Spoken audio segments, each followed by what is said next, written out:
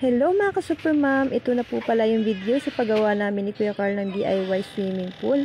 Ngayon ko lang nga na voice over dahil na busy talaga ako ng mga nakaraang araw. So marami nga nagtatanong sa amin kung paano namin ginawa. Napakadali lang talaga nitong gawin. Ang kailangan lang po natin dito ay yung puno ng saging o yung tinatawag na bani. Tapos trapal, depende po sa inyo kung ano pong gusto ninyo. Pwede rin po luna or yung plastic na makapal basta hindi makalabas yung tubig.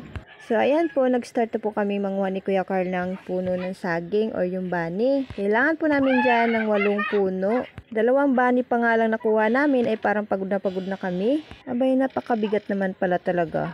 Kala kasi namin magaan lang, pero nung binuhat na namin ni Carl, ay nako, parang lalabas yung mattress ko.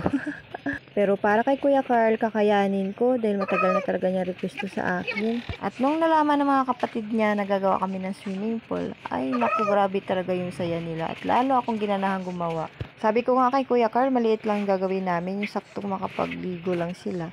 Kaso itong Kuya Carl ko naman, gusto niya talaga yung malaki, yung para makapaglangoy-langoy daw talaga siya. Ay nako naman talaga si Kuya Carl ko. O siya, gagawin ko na nga lang dahil love na love kita. Para sa iyo to at sa mga kapatid mo. Sabi naman niya sa akin, wag daw ako mag-alala dahil tutulungan daw niya ako. Abay, tingnan niyo naman yung katawan niya. O diba, nakakahiya namang magpatulong.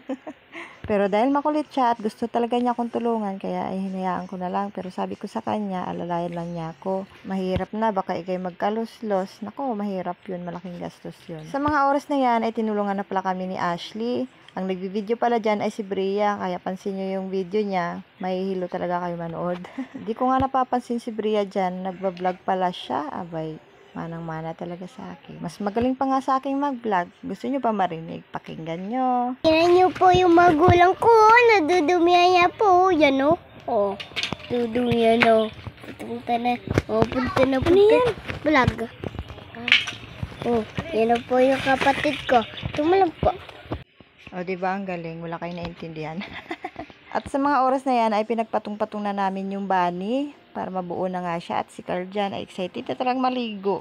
At pagkatapos nga namin pagpatong-patungin, ay nilagyan na namin ng bakal sa bawat gilid para hindi matumba yung bani. At sa mga oras na to, ay medyo padilim na nga. At ayan kami, nagpupukpok pa rin kami ng bakal para pang tukod.